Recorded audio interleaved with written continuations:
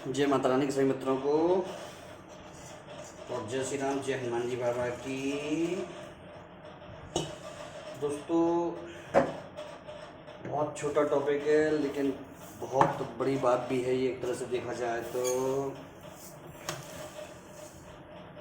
ये प्रश्न मेरे पास है बहुत लोगों का कि गुरुजी, हमको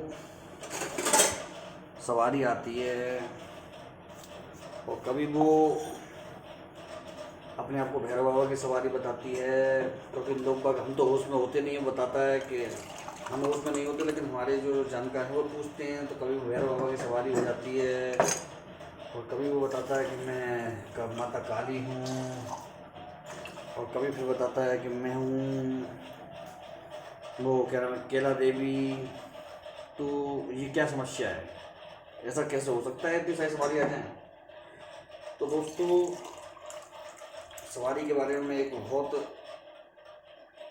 अलग तरीके के विचार डालूंगा थोड़ा सा। देखिए, पहली बात तो मित्रों एक ये समझ लीजिए, मेरे हिसाब में कई जगह मैंने देखा है कि सवारी के रूप में कई छोटी शक्तियाँ या कभी कभी नेगेटिव शक्तियाँ भी लोगों पर आ जाती हैं और उनको बड़ी भारी दिक्कत का समस्या का सामना करना पड़ता है। क्योंकि मैं कुछ ऐसे केसों को हैंडल कर रहा हूँ अभी भी। नए में कोई मैं काम नहीं ले रहा हूँ, किसी का भी नेगेटिव एनर्जी काम बंद कर दिया मैंने। लेकिन जो मेरे पुराने केस हैं उसको एक को हैंडल कर रहा हूँ, जिसमें सवारी आती है। तो मैंने ये आजमाया कि उस व्यक्ति के बेस पर नहीं, मैंने और कई सभी व्यक्तियों के बेस पर मैंने आजमाया कि इन सब लोगों की कोई ना कोई बीमारी थी और कोई ना कोई परेशानी ज़्यादा हो गई थी। और ख़ासकर जब से सवारी आई, जब से वो उनकी ऐसी स्थिति हो गई कई बार तो मरने जैसी स्थिति, मतलब वो चीज़ उनको कोई ना कोई बीमारी, कभी सांस की प्रॉब्लम, कभी किडनी की, कभी लीवर की, ऐसी प्रॉब्लम बड़ी बड़ी उनको आती रही, लगातार आती रही।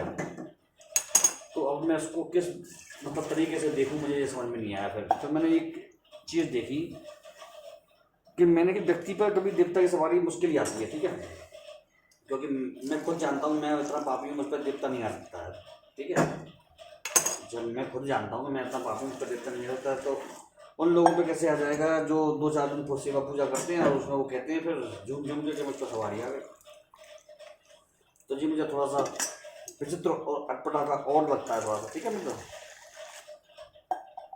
तो इसीलिए मैं कहता हूँ लोगों से, मेरा ये कहना इसीलिए होता है आप लोगों से सबसे, कि जो सवारियों का जो मैटर है बड़ा विचित्र है। सवारियाँ जिस पे आती हैं वो परेशान क्यों होता है ज़्यादातर? सवारियाँ जिस पे आती, आप इस बात को नोट करिएगा, किसी भी बड़े परिवार में, पूरे संपन्न उसमें, और किसी बड़े ओहदे पर कोई व्यक्ति या कोई महिला है, तो उस पर ये चीज़ें बहुत कम आने के चांस होते हैं। वो क्यों मालूम है आपको? उसके ग्रह नक्षत्र गण इतने मजबूत होते हैं कि उस पर नेगेटिव चीज़ें जल्दी हावी नहीं हो पाती, तो वो नहीं आती हैं। क्योंकि उनके सूर्य मजबूत होता है, उनका मंगल मजबूत होता है, उनका चंद्र मजबूत होता है, तभी तो उस ओहदे पर बैठे हुए हैं वो लोग। तो उनके सभी समस्याएं बहुत कम होती हैं। ये ज़्यादातर जो चीज़ें देखी गई है ग्रामीण इलाकों में, देहात कस्बे के इलाकों में ज़्यादा देखी गई हैं, ठीक है।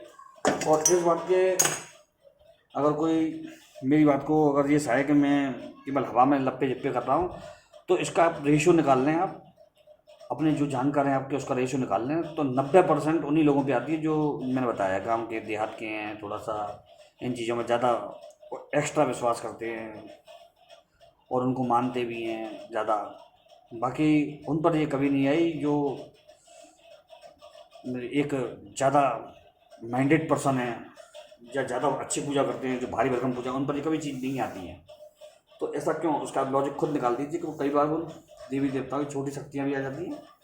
हाँ जी, माना जाएगा छोटे देवता आ जाते हैं, छोटे गण आ जाते हैं। बाकी तगड़ी सवारी या बड़ी सवारी कभी किसी सामान्य व्यक्ति पर नहीं आती है, ठीक है ना। अब एक जगह मेरा पाला पड़ा एक व्यक्ति से जिसको बताया जाता था, तो उसमें भैरव बाबा आते हैं, ठीक है। तो दोस्तों वहाँ पे क्या हुआ, फिर वो आदमी पूछता जा रहा था, वो बताते जा रहे थे। तो जो व्यक्ति कह रहा था भैरव बाबा आते हैं, तो दोस्तों जो